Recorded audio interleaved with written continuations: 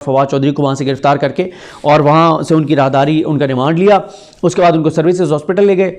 اس دوران معاملہ Lahore high court چلا گیا. لاہور ہائی کورٹ کے جسٹس وہ سلیم شیخ صاحب میں کیا نام ہے ان کا, انہوں نے بہرحال سماعت کی اور ایسے ریمارکس دیے کہ ہمیں لگا کہ آج تو پاکستان میں واقعی آئین اور قانون کی حکمرانی کی طرف ہم بڑھنے جا رہے ہیں.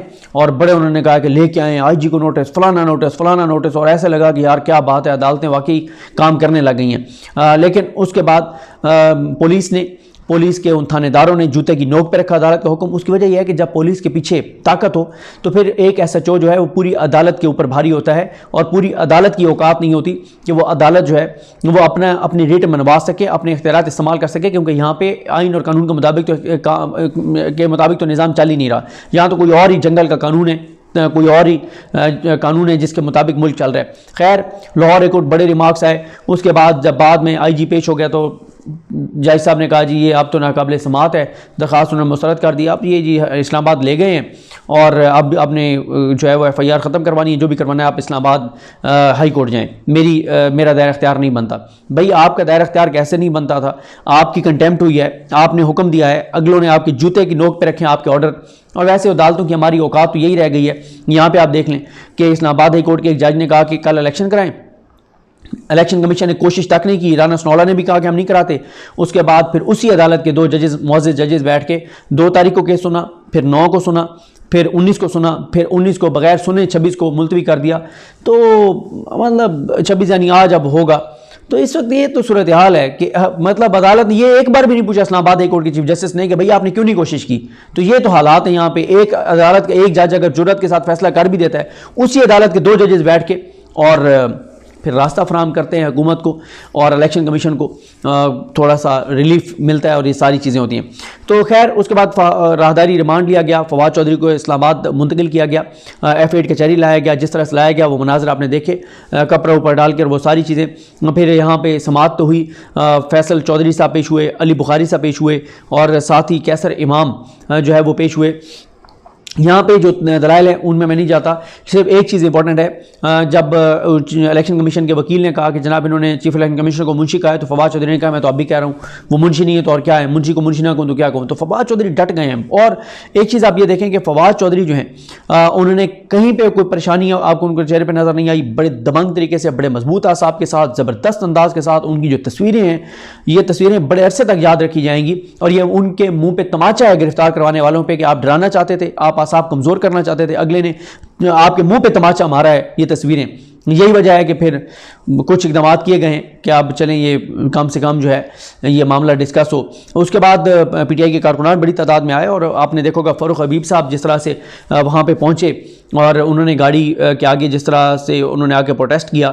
حماد اظہر صاحب نے جس طرح سے فواد چودھری صاحب کو فالو کیا, مراد سعید صاحب یہاں پر پہنچے, زلفی بخاری پہنچے, اور بہت سے تحریک انصاف, جمشید چیمہ صاحب اور یہ سارے, تو بہت سے تحریک انصاف کے رہنما اور یہ سارے معاملات. عمران خان صاحب نے پریس کانفرنس کی, انہوں نے بڑا سخت اس کے اوپر ریئیکٹ کیا.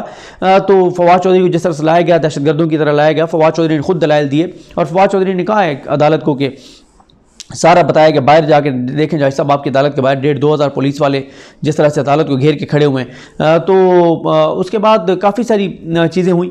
اور بہرحال آپ یہ دیکھیں 22 گھنٹے تک ٹی وی سکرینوں کے اوپر تحریک انصاف, زمان پارک, عمران خان, فواد چودھری, تحریک انصاف یہ چلتے رہے ہیں. اور آپ نے دیکھا کہ پورا بھرپور کوریج ہوئی اور زبردست, اور فواد چودھری ہیرو بنے اور مضبوط اعصاب کے ساتھ ڈٹ کے کھڑے رہے.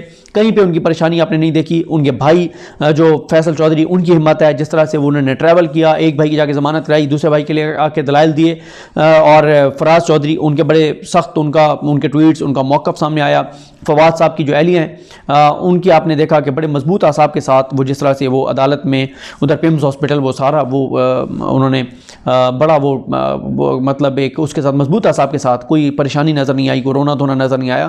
تو یہ چیزیں ہیں جو کہ اچھی ہیں کہ جو لوگ سمجھتے ہیں کہ اس طرح سے گرفتار کروا کے اور اعصاب کمزور کر کے اور ہم ذرا خوش ہو جائیں گے. تو خوش آپ کیا, آپ نے انہیں کہ منہ کے اوپر تماچا ہے فواد چودھری کی وہ تصویریں جس میں وہ ڈٹ کے کھڑا ہوا ہے جرات کے ساتھ. تو شرم سے ڈوب مرنا چاہیے آپ کو, جو اگر آپ سمجھتے ہیں کہ اس طرح سے جو ہے یہ اور پھر پریس کانفرنسز کر رہے ہیں جناب, وہ مریم اورنگزیب صاحبہ پریس کانفرنس کر رہی ہیں آ کے, اور بڑے بڑے بیانات, بڑی بڑی دھمکیاں. تو آپ لوگوں کو اس سے نقصان ہوگا, کیونکہ عوام کے اندر ایک تو ریئیکشن آئے گا, اور عوام کے اندر ایک ظاہر ہے جو جس کا ظلم ہو رہا تھا اس کے حوالے سے ایک ہمدردی بھی پیدا ہوتی ہے، لوگوں میں ریئیکشن اور نفرت بھی پیدا ہوتی ہے، اور یہ ساری چیزیں. تو فواد صاحب بہرحال ڈٹے ہوئے. اب 2 روزہ ریمانڈ دیا ہے جج جوڈیشل مجسٹریٹ جو ڈیوٹی جوڈیشل مجسٹریٹ تھے نوید خان، انہوں نے. حالانکہ جس طرح کے دلائل تھے اس میں واضح طور پہ نظر آ رہا تھا کہ ان کو ڈسچارج کر دینا چاہیے، مقدمہ ختم کر دینا چاہیے. لیکن اب آپ کو پتہ ہے وہ ایک عدالت کے معاملات کو دیکھنے والی عام شخصیت ہیں، ان کے ساتھ ہم بیٹھے تھے کھانے پہ، تو انہوں نے کہا کہ جب سے چیف جسٹس اسلام آباد ہائی کورٹ اطہر ملا صاحب سپریم کورٹ گئے ہیں تو ماتحت عدلیہ کے ججز بھی اس جرت کے ساتھ فیصلے نہیں کرتے. خوف کا بت ان کے دل اور دماغ پہ حاوی ہے اکثریت کے، اور اب وہ اس جرت سے فیصلے نہیں کرتے کیونکہ انہیں پتہ ہے کہ اوپر کوئی بیٹھا نہیں ہے جو ان کے فیصلوں کے اوپر ان کے ساتھ ڈٹ کے کھڑا ہو اور ان کو سپورٹ دے. اب تو آپ کو پتہ ہے نون لیگ جب سے چیف جسٹس اسلام آباد ہائی کورٹ اطہر ملا صاحب گئے ہیں سپریم کورٹ میں، تو نون لیگ نے اسلام آباد ہائی کورٹ کو تو اپنا ذیلی ونگ سمجھ لیا ہے، اور کوئی وہ ان کو ٹینشن نہیں ہے. لاپتہ افراد کے کیسز ہوں یا کوئی معاملہ ہو ان کو کوئی ٹینشن نہیں ہے، وہ کہتے ہیں کہ اب گھر کی بات ہے، کوئی مسئلہ نہیں ہے. تو یہ عدالتوں کے بارے میں اگر یہ تاثر بنے گا تو یہ تاثر کوئی درست نہیں ہے، یہ بہتر نہیں ہے تاثر کہ عدالتوں کے بارے میں یہ تاثر ہو کہ وہ نون لیگ کے گھر کی لونڈی بن گئی ہیں، غلام بن گئی ہیں، نوکر بن گئی ہیں. اور عدالتیں جو ہیں آپ شریف خاندان کو کچھ نہیں کہیں گی کیونکہ شریف خاندان کو جس طرح سے لایا گیا ہے، ان کو مسلط کیا گیا ہے، تو ان کو چلایا جائے گا، ہر صورت میں مسلط رکھا جائے گا. تو یہ بہرحال تاثر درست نہیں ہے.